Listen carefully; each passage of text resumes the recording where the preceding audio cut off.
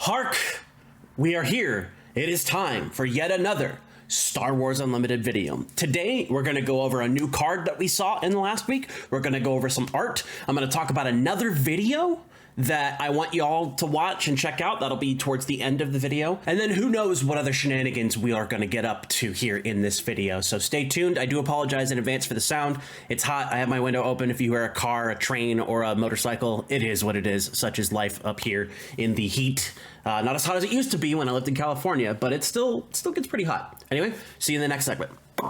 We got a surprise update over the weekend. Not a huge one, but it is an interesting one because we managed to get a card where normally my speculation has been we'll see cards on Friday and art on Tuesdays. In this past week, we actually saw art on Monday. That was in the previous video. We saw an art on Friday, which will be in this video. And then we saw a card today as of recording on Sunday. It'll be Wednesday when this airs, obviously. It's an interesting card. It showcases very interesting design. It is part of the starter. So we're going to get a little bit of a glimpse into how the game is going to handle certain aspects. And let's just dive right into it. Here we have a Villainy 3-cost event called I Am Your Father. It is a gambit. Deals 7 damage to an enemy unit unless its controller says no. Preferably scream it. Don't scream it. If they do, draw 3 cards. Now, I have played plenty of games that have this either or aspect opponent chooses, and it's usually pretty bad. But I think the design of this is a little bit better than that.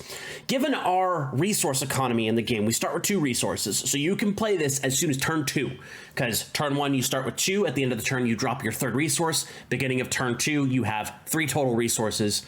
I made sure to double check this because I made that error previously. I don't know if there's going to be an enemy unit you're going to need to clear off the board immediately with 7 damage, but effectively if your opponent has a unit that they don't want to lose and they don't want you to draw cards, this is a bad decision either way. And I think the benefit for the player playing this card, the Villainy player, is going to be you're getting one or the other for 3, which is super cheap. 7 damage for 3, that's insane so far. Drawing 3 cards for 3, that's effectively a +2 because you lose this card, so on and so forth. But it refreshes your hand and prepares you for another turn, or if you're in deeper, you can start this to fish for something and then move along with the rest of your turn. So I don't think this is as bad as people are immediately going to think it is, but I do think that it's going to require a certain amount of careful decision making for both the player playing it and the opponent choosing the effect, because they do have to say no, preferably no. I know that was the Vader no, but I'm not going to do the Luke no because it's much higher than my voice can octavely go. It's a good card, especially for Villainy, because Villainy wants to do those damage. It's like you may begin your landing, I believe it's what it's called. Or fire on my mark. I should know this by now. It deals damage, but at the cost of 3, it's 1 card. So we don't know for sure if this is the way the design philosophy is going to go. But because this card is cheaper, I think they want more cheaper effects. Remember, Vanquish is a 5 cost to delete an non-leader unit. This could wipe out a leader in 1 shot for 3. But it has to deal the damage your opponent has to say, it has to be okay with the damage being dealt. So I think more often than not, this is going to be a pay 3, draw 3, which is still good. You might be able to sneak that damage if your opponent's like, I don't want him to draw more cards. Or it could be a Sophie's choice, especially later in the end of the game, where your opponent may want you to draw the cards. You only have 2 cards left in your deck, so they're thinking you'll take 2 damage, but those last 2 cards might be exactly what you need to win the game. So who knows?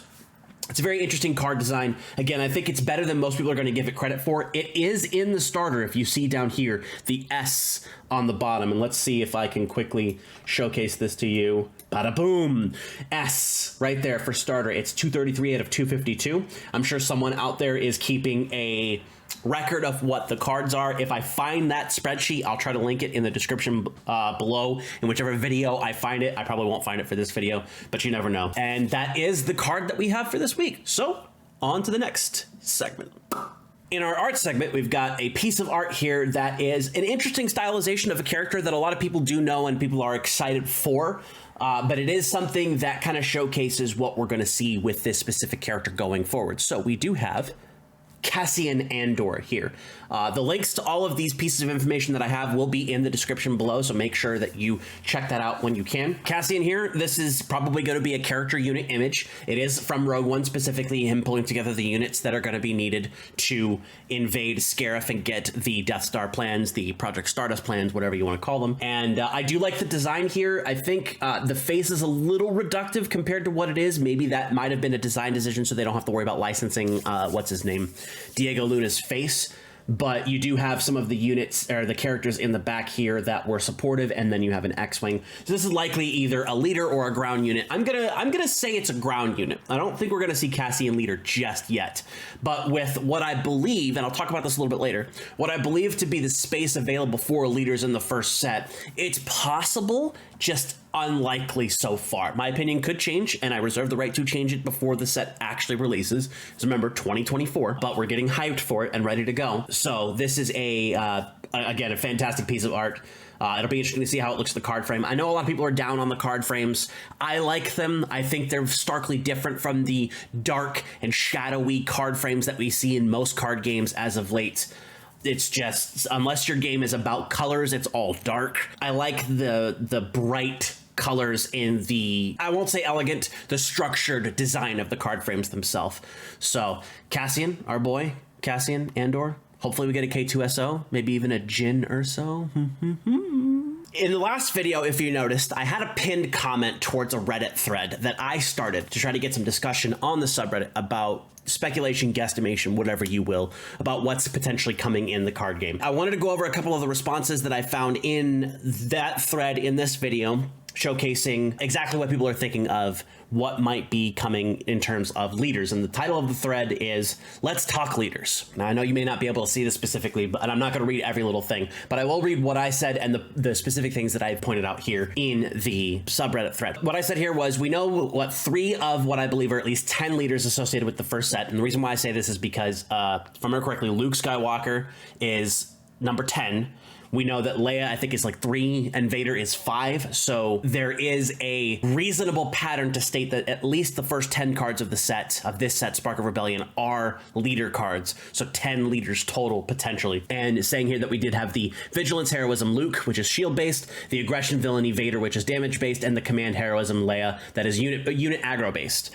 I asked what else do you think we'll see in Spark of Rebellion. I'm pretty sure we're going to see the rest of the aspect combinations. So we're going to have Vigilance Villainy, Cunning Villainy, Command Villainy, and then Aggression Heroism and Cunning Heroism. I'm pretty sure we'll have at least those 8 combinations of aspects. So, and I believe that in our first set, we're going to get a regular episode, either in episode 4 or in episode 6, Han Solo, that will be Cunning Heroism. And potentially something that includes cost reduction for your characters, your units, or other abilities coming in by exhausting the leader. We had somebody here who decided to go way above and beyond what I was asking for. I think because they misunderstood exactly what I was saying. But let's go over it here. We'll say Sage Leader here says they are not sure that we'll see each combination of factions in the first set. 6 factions, meaning that there would be 15 pairs. But also, would heroism and villainy even make sense together? They had posited that a potential Vigilance Command hero, leader, would be Padme Amidala. Vigilance Aggression would be Grievous. Vigilance Cunning would be Obi-Wan. Vigilance Heroism would be Luke Skywalker, as we've seen. Vigilance Villainy would be Dooku. Command Aggression is Poe. Command Cunning is Thrawn. I like that a lot, actually. Command Heroism would be, as we know already, Leia. Command Villainy would be Hux. Aggression Cunning, Jabba the Hutt. Aggression Heroism, Anakin Skywalker. Aggression Villainy, Darth Vader, which we already know. Cunning Heroism, Han Solo. Cunning Villainy, Sheev Palpatine. And then Heroism Villainy, combining both aspects together of Light and Dark, Ben Solo / Kylo Ren. A mix of prequel trilogy, original trilogy, and sequel trilogy, as well as a split of 50-50 between villain and hero, and Ben, Kylo are the dual characters. Now, a couple of things that I did say in this thread. I don't think that we're going to see the colored aspect pairings together just yet. So we're not going to see Vigilance, Command, Aggression, and Cunning paired with one of the other ones just yet. That is something I definitely think we can see in the future, but I think they're going to stick with your leader is heroism or villainy and an aspect, and then your base is the other aspect. leading up to you could double up. Let's say I mean, right now we could potentially put our command heroism Leia leader with the Death Star, giving us 2 pips of command to not have to worry about reducing a 2 command icon, not having to worry about having that extra cost on that card. But right now, there doesn't seem to necessarily be a need for that so far. We don't know all 252 cards in the first set, so who knows? I also don't believe in the first set we'll see any sequel trilogy or original trilogy, and prequel trilogy or sequel trilogy. Definitely original trilogy, that's what the whole set is about. And I don't think we'll see sequel trilogy for the first year. We had another person here specifically saying that they think I'm right about Han. The leaders that they think that we're going to see are going to be Hera, Mothma, Akbar, Thrawn, the Emperor, Bail Organa, Veers, and Fulcrum Ahsoka. I mean, I'm on board with all of this. Give me all of it. I want every Star Wars character in this game, legitimately. From the most popular character to the least popular characters, just give me everything. Not necessarily as leaders right off the bat, obviously, but just give it all to me. Inject it into my veins. And then another person here said, heroism, Luke, Leia, Han, Akbar, Red Leader. That's an interesting choice. Lando, Cassian, Jyn, Hera. And then Villainy, Vader, Palpatine, Veers, Piet, Krennic, Callus, Thrawn, Tarkin, and Iden Versio. Yes, please on Iden. She would absolutely be aggression too, or at least command. This was a fun Reddit thread to talk about. We talked about it for a couple of days. I would like to do more of these. I can't guarantee there will be something below, but if I do have a Reddit thread I'd like to throw up onto Reddit, it will be in the pinned comment below, not the description, so that way you guys can see that right off the bat and join the discussion over here over on our Star Wars Unlimited. And in our last segment of the day, we'll call this news around the net, or around the net in general. I want to cover a newish, technically returning podcast to the gaming sphere called Roll On Gaming.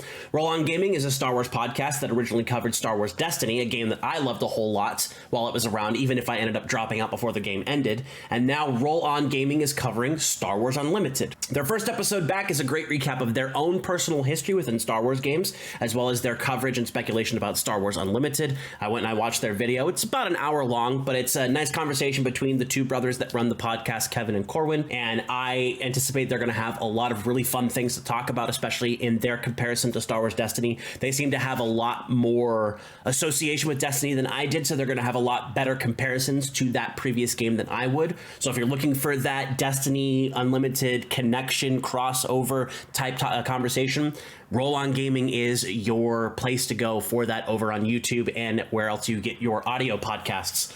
So check them out through the links that are in the description below. I'll put their tweet for their first video. That way you can follow their Twitter account if you are interested. I have already. You can also check out their video on YouTube, which will also be in the description below. And that's it. That's all we've got for today. So thank you for joining me for another one of these lovely Star Wars Unlimited videos. The naming convention of these is going to continue as it is, and we are going to leave the episodic titles to big dumps of information. So I imagine the next episodic title will be the Gen Con video that will come out in August when we get that Gen Con information back. But until then, look forward to more of these videos talking about cards and art that we've seen in the game, Reddit threads, things around the net, showcasing other creators in the space, because a rising tide floats all boats, folks. We should be building each other up, not tearing each other down.